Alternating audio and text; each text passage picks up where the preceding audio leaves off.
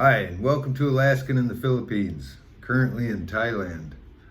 Today I thought I'd talk about what it's like to support a family in the Philippines.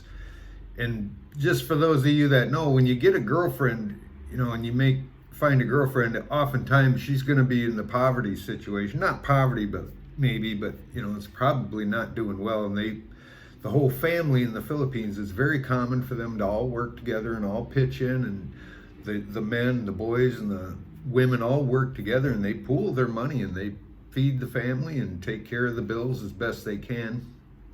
And whatever part of the family, every family member is expected to pitch in, and all of a sudden, if you show up and you're part of the family, you're expected to pitch in. In fact, they figure, you're a Kano, you're gonna be rich regardless of whether you are or not. They're gonna insist that you are.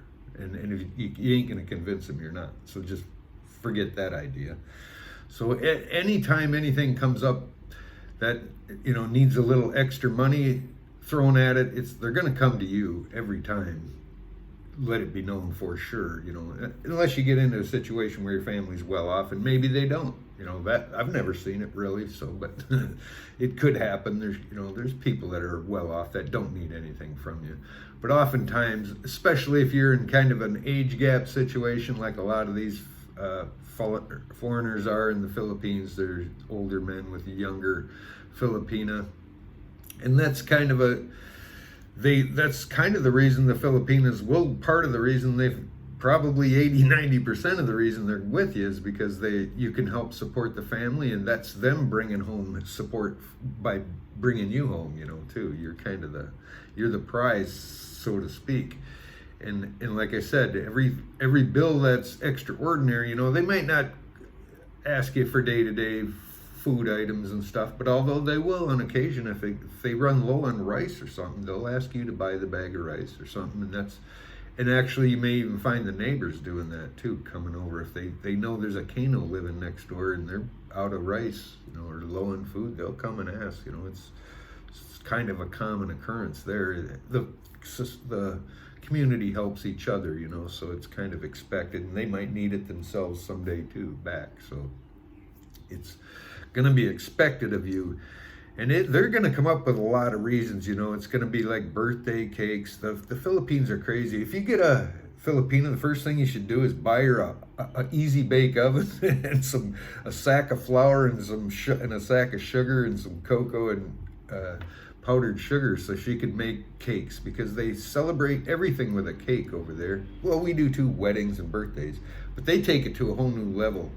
Any holiday, even if it's a religious holiday, even if it ain't a big like Easter or anything like that, any holiday or any family gathering or weddings or birthdays and just everything, they're all ordering cakes, and none of them bake cakes. Ironically, they got to all go down to the cake stores and they'll stand. There's big lines, queues coming out of them cake stores on like a holiday. You can't find a cake almost in Dumaguete. You got to order it a week ahead of time. So yeah, they're real big on cakes. So every time a birthday or a celebration or any festivities comes up, you're going to be the one buying the cakes, and they're getting expensive. I've seen they're up to 500 pesos or more for just a small cake. So yeah, it's a gold mine if you could actually make cakes over there. I'd say you could make a living at it, because there are a lot of cake shops, and every one of them I see are people standing in line for cakes. So yeah, you're going to be buying anything like that. And then school supplies, that's kind of hits them all at once, and they kind of need new clothes. They got to have uniforms. That's one thing in the Philippines. They require them to go out and buy a brand new uniforms for their kid every year, and they probably need a couple of them. And then the kid outgrows it the next year, so you got to buy them again. You need that. The new clothes, which is their uniform. They all wear the same uniform. And then you got to have their books. And in the Philippines, everything ain't free. They chip in to buy a new fan. They don't have aircon in their rooms. They have a fan, and the students chip in to buy it. They ask the parents for donations to buy things whenever they need something. Like if they'll have a little something where there's food, they celebrate something in school, they're expected to bring food items. Of course, that's in the U.S. too, but that can be hard for a lot of families when they don't have a lot of extra to pitch in. And yeah, they all pitch in for the bills, and even the students clean the classroom and stuff. They don't even hire a janitor. The kids and the students do all that work.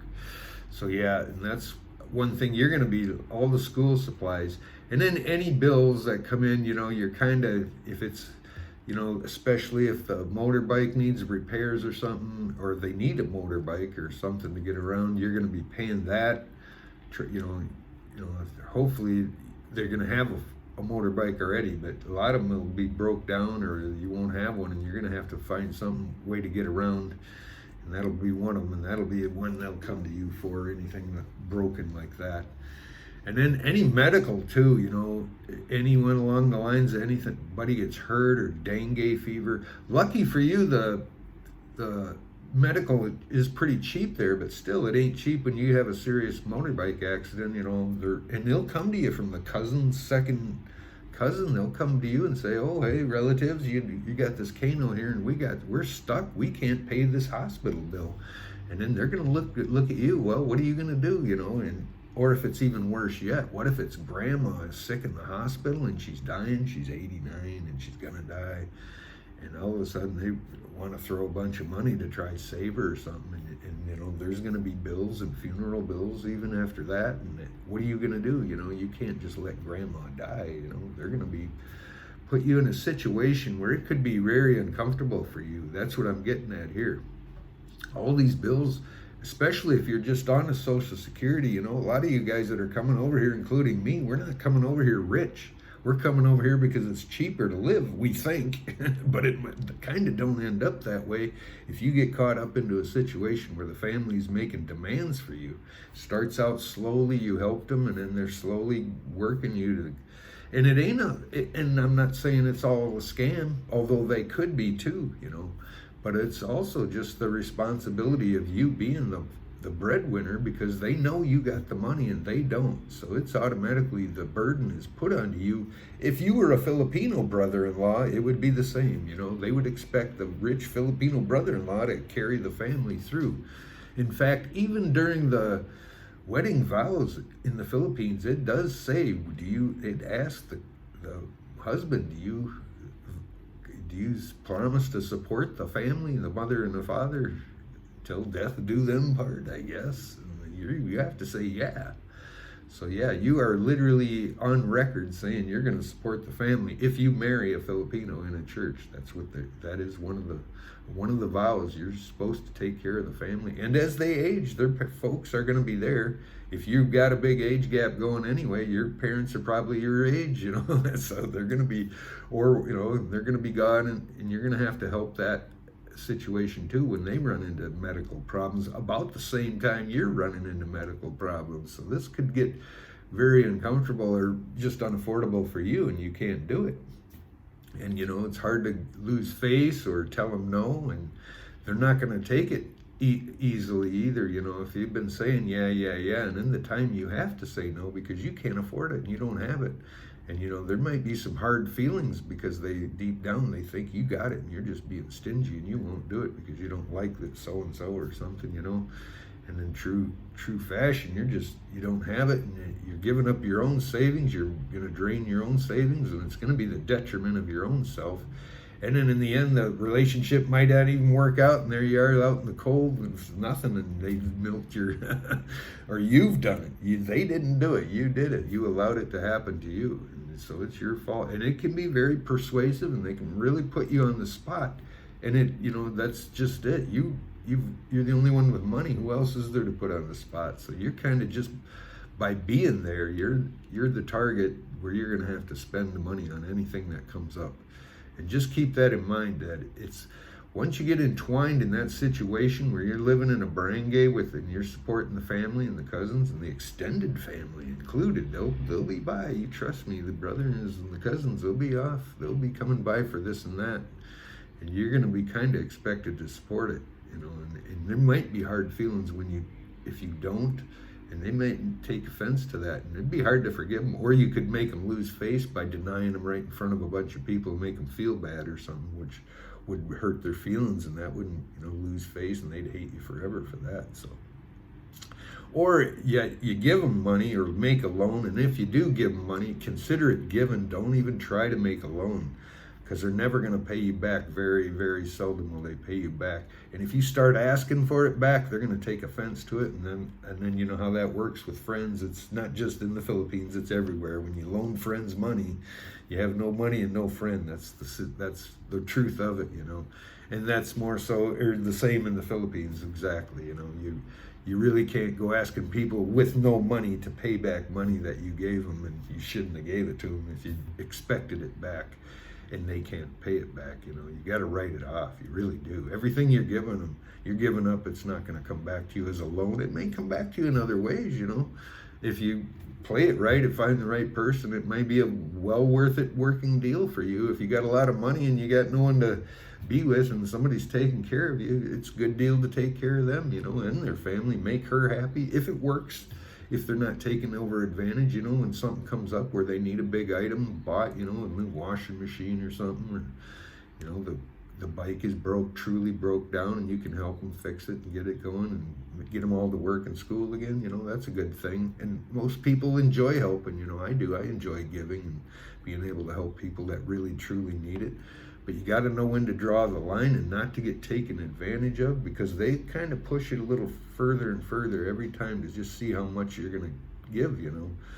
And you kind of got to put a roadblock up every now and then to just let them know that there's limits, and you can't continue rising their spending and you pay for it. It just don't work out. It won't work for your budget. Just have to calmly explain, no budget. Just tell them that, no, not in my budget. Sorry, no budget for that. That's all you can do, and you have to bow out. But just don't get caught up to where you come in throwing a bunch of money around trying to be the big shot and try to buying everybody's friendliness and all that. That'll kind of come back and bite you in the rear in the end. So don't do it too much. You can't, you know, when you do come in, maybe they'll want to buy pigs, so, you know, have a party because you're there or something, you know, do that. That's another thing. You'll be buying all the pigs for every holidays, from New Year's, Christmas, birthdays. They have extravagant birthdays for little children even. They'll pick 3 pigs and a live music, and the whole neighborhood's invited for a 2-year-old's birthday. So you got to keep that in mind. You're going to be around a lot of people that are going to be asking you to support the party for sure. And if you're drinking, you go into a bar, you're going to be the one Kano buys all the beer for sure. And the minute you get cheap, they probably ain't going to want you around talking to you too much. So just remember, you're going to have a bunch of people trying to get you to pay for a lot of things. And if you can afford to do it, and it'll make you the hero of the barangay, and you'll be the cool guy in town. But if you can't afford it and it's going to milk you dry, and you're on a limited budget of like most Social Security people, don't let them eat away at your savings, and you better hang on to that for yourself as much as you can, because you're going to need it as you age out. You know, you're going to come up with some bills that are going to need it. You're going to need it for your own medical expenses. So just try to draw the line, and try not to get caught up into that situation where you are the golden goose. You better keep your independence somewhat from the family. If you move right into the family, be expected that you're going to be paying for any big ticket item that happens to pop up. So it's just a warning and a heads up to those that might not know that just yet and are dating Filipinas. At least know that you're going to probably be the golden goose at some point. All right, well, thanks for watching. Be sure to like, share, and subscribe, and we'll see you in the next one. Bye.